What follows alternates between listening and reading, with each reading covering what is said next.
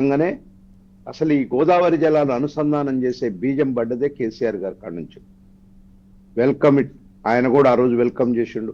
రాయలసీమ పోయిండు, రత్నాలసీమ చేస్తా, మీరైనా ఇదే చేసుకోండి, మేమైనా ఇదే చేసుకోండి. ఒక ప్రపోజల్ మన భూభాగం నుంచి, తెలంగాణ భూభాగం నుంచి గోదావరి జలాలు పోయేటట్టు ఒక ప్రపోజల్ పెట్టుకోండి. అందుకనే వాళ్ళు ఆ రోజు తెలుగుదేశం పార్టీగా మేము తెలంగాణ కానీ ఆంధ్రప్రదేశ్ శాఖ కానీ తెలంగాణ భూభాగం నుంచి కనుక నీళ్లు వెళ్తే చాలా ఇబ్బందులు వస్తాయి. ఇప్పుడు మద్రాసు నీళ్లు ఏ విధంగా అవుతున్నాయో ఆ విధంగా అయితే అని చెప్పి, దీనికి ఇట్లా కాదు, ఏ ప్రాంతంలో గోదావరి జలాల్లో ఆ ప్రాంతంలో వాళ్ళు కట్టడి చేసుకొని వాటిని అనుసంధానం చేసుకోమని ఆ రోజుల్లోనే తెలుగుదేశం పార్టీగా ఒక వివరణ ఇచ్చినాం మేము. అదే భాగంగా ఇప్పుడు బనకచర్ల ఏంటండి, అది సముద్రంలో కలుస్తున్నటువంటి పోలవరం బ్యాక్ వాటర్ను వాళ్ళు 200 టీఎంసీలు పట్టుకుంటున్నారు. దీంట్లో రాజకీయం ఏంటండి?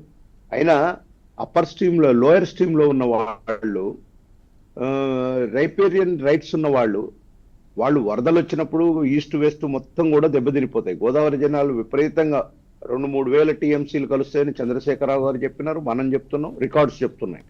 వరద జలాల్లో 2-3 వేల టీఎంసీలు సముద్రంలో కలుస్తున్నాయి.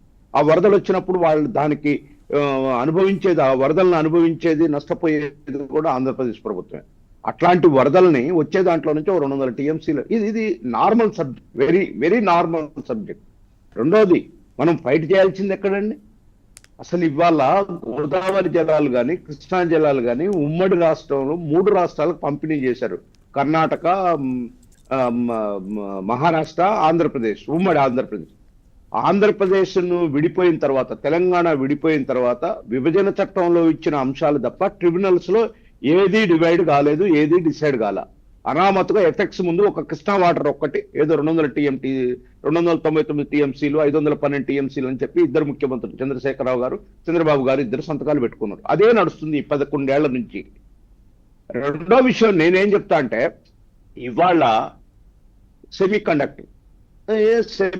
కండక్టర్ వాళ్ళు ఏంది, దేశంలో కోటేశ్వరరావు గారు చెప్పినారు, బాగా చెప్పినారు, అమెరికా లాంటి చోట కొన్ని వందల్లో ఉన్నాయి. ఇవాళ ప్రప్రథమంగా భారతదేశంలో ఒక 10 చోట్ల 15 చోట్ల ఇస్తున్నారు. మేక్ ఇన్ ఇండియా ప్రోగ్రామ్ లో భాగంగా అది ఇచ్చుకుంటూ వస్తున్నారు. పంజాబ్ లో ఎక్కడ ఏ గవర్నమెంట్ ఉందండి?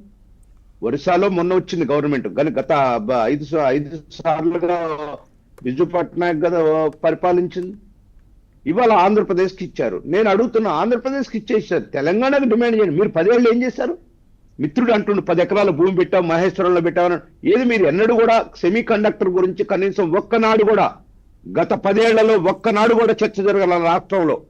ఇవాళ ఎందుకు జరుగుతుందండి చర్చ? ఎందుకంటే అంత దేశ భావన ఎందుకు? వస్ యు ఆర్ డిమాండింగ్, అందరం కలిసి, తెలంగాణలో ఉన్న అన్ని పార్టీలను కలిసి, ఇంక్లూడింగ్ కాంగ్రెస్ పార్టీ, అధికారంలో ఉన్న పార్టీ కూడా కలిసి కేంద్రం మీద ఒత్తిడి ఇద్దాం, మాకు కూడా కావాలి. ఎస్, అనువైన ప్రాంతం. చంద్రబాబు నాయుడు గారు ప్రతి నిమిషం చెప్తాడు, ఎస్ డెఫినెట్ గా ఎకో సిస్టమ్ హైదరాబాద్ లో బాగా ఉంది కాబట్టి దాని డెవలప్మెంట్ యాక్టివిటీ మంచిగా ఉంది, నాకు సంతోషం వస్తుంది, దాంట్లో పాలు పంచుకున్నా కాబట్టి. మొన్న దావోస్ పోయినప్పుడు కూడా తెలంగాణ రాష్ట్ర ముఖ్యమంత్రికి పెట్టుబడులు వచ్చినాయి, ఆంధ్ర రాష్ట్ర ముఖ్యమంత్రికి పెట్టుబడులు వచ్చినాయి. దాన్ని హర్షించండి చంద్రబాబు నాయుడు గారు.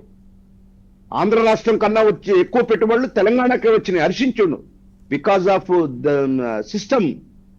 అంటే గత ప్రభుత్వం చేసినటువంటి దుర్మార్గానికి అక్కడ రావడానికి ఇంకా కొంత టైం పడుతుంది, కంపెనీలు కూడా నమ్మాలా. కానీ ఇక్కడ ఏకంగా నడుస్తుంది, ఎకో సిస్టమ్ హైదరాబాద్ తెలంగాణలో నడుస్తుంది. కాబట్టి ఇవాళ రేవంత్ రెడ్డి గారు కూడా 2 లక్షల దగ్గర తెచ్చారు. కొన్ని ఇనాగ్రేషన్ కూడా అయినాయి, ఫ్యూచర్ సిటీలో కూడా నడుస్తుంది. వాళ్ళు కూడా పెట్టారు కదా, మనం ఉత్తగానే అనొద్దు కదా. ఇప్పుడు మనకున్న వ్యూహంలో మీరు చేశారు, మీకున్న వ్యూహంలో, వారికున్న వ్యూహంలో వారు చేశారు. నేను ఒక్కటే చెప్తున్నాండి, ఉమ్మడి ఆంధ్రప్రదేశ్ లో చంద్రబాబు నాయుడు గారు 2020 విజన్ ఏ విధంగా కొనసాగించకపోయారో, ఆ తర్వాత వచ్చిన ముఖ్యమంత్రులు రాజశేఖర రెడ్డి కానీ, లేకపోతే రోషయ్య గారు కానీ, లేకపోతే కిరణ్ కుమార్ రెడ్డి గారు కానీ, ఈవెన్ రేవంత్ రెడ్డి, మన కేసీఆర్ గారు కానీ, రేవంత్ రెడ్డి గారు కానీ ఈ ఎకో సిస్టాన్ని కంటిన్యూ చేస్తున్నారు.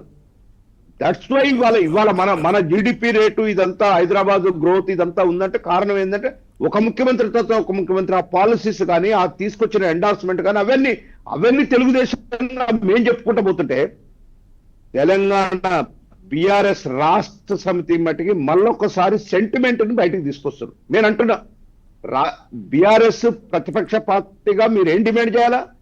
మనకు కావాలి, ఇక్కడ ఫ్యాక్టరీ పెట్టాలి, ఖచ్చితంగా తీసుకురావాలి అని చెప్పాలా. కేంద్రం మీద ఒత్తిడి తేవాల, రాష్ట్ర ప్రభుత్వం మీద ఒత్తిడి తేవాల. అంతేకాని సెమీ కండక్టర్ ఆంధ్రప్రదేశ్కి వెళ్ళిపోయింది కాబట్టి తెలంగాణ ఎందుకు వెళ్ళిపోయింది? ఇంకా 5 రాష్ట్రాలు ఉన్నాయి వాస్తవంగా, అంటే సబ్జెక్ట్ టు కరెక్షన్. మొత్తం ఈ మధ్య కాలంలో 5 రాష్ట్రాలు ఇవ్వాల్సింది వాళ్ళు కేవలం 3 రాష్ట్రాలకు అలాట్మెంట్ ఇచ్చారు. పంజాబ్, ఒరిస్సా అండ్ ఆంధ్రప్రదేశ్ మాత్రం. ఇంకా 2 రాష్ట్రాలు పెండింగ్ లో ఉన్నాయి. వాళ్ళకి ఏదో ఫీజిబిలిటీ ఏదో కావాలి, వాళ్ళు కావాల్సిన కొన్ని ఇవ్వలేకపోయినారు వాళ్ళు.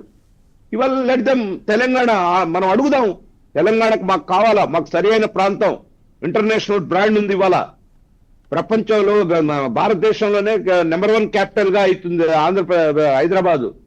మనం అడుగుదాం. కానీ దీంట్లో సెంటిమెంట్ ఏంటండి? చంద్రబాబు నాయుడు గారు కేంద్రంలో ఉంది కాబట్టి, లేకపోతే రేవంత్ రెడ్డి చంద్రబాబు నాయుడు దగ్గర కాబట్టి, ఎవరి రాజ్యం వాళ్ళదే కదా. తెలుగుదేశం పార్టీ ఇప్పుడు ఒక్కటే ఈ కాదు, భారతదేశంలో అన్ని పార్టీలు కలిసి పోరాటం చేయాలి, సాధించాలనే విషయం చెప్తున్నారు, అంతే కదా? డెఫినెట్ గా. నేను ఇంకోటి, నవీన్ గారు ఇంకో విషయం చెప్తున్నా. తెలుగుదేశం పార్టీ కానీ, తెలుగుదేశం పార్టీ అధినేత చంద్రబాబు నాయుడు గారు కానీ, తెలుగుదేశం ఒకటే, తెలుగు వాళ్ళం భౌగోళికంగా విడిపోయాం.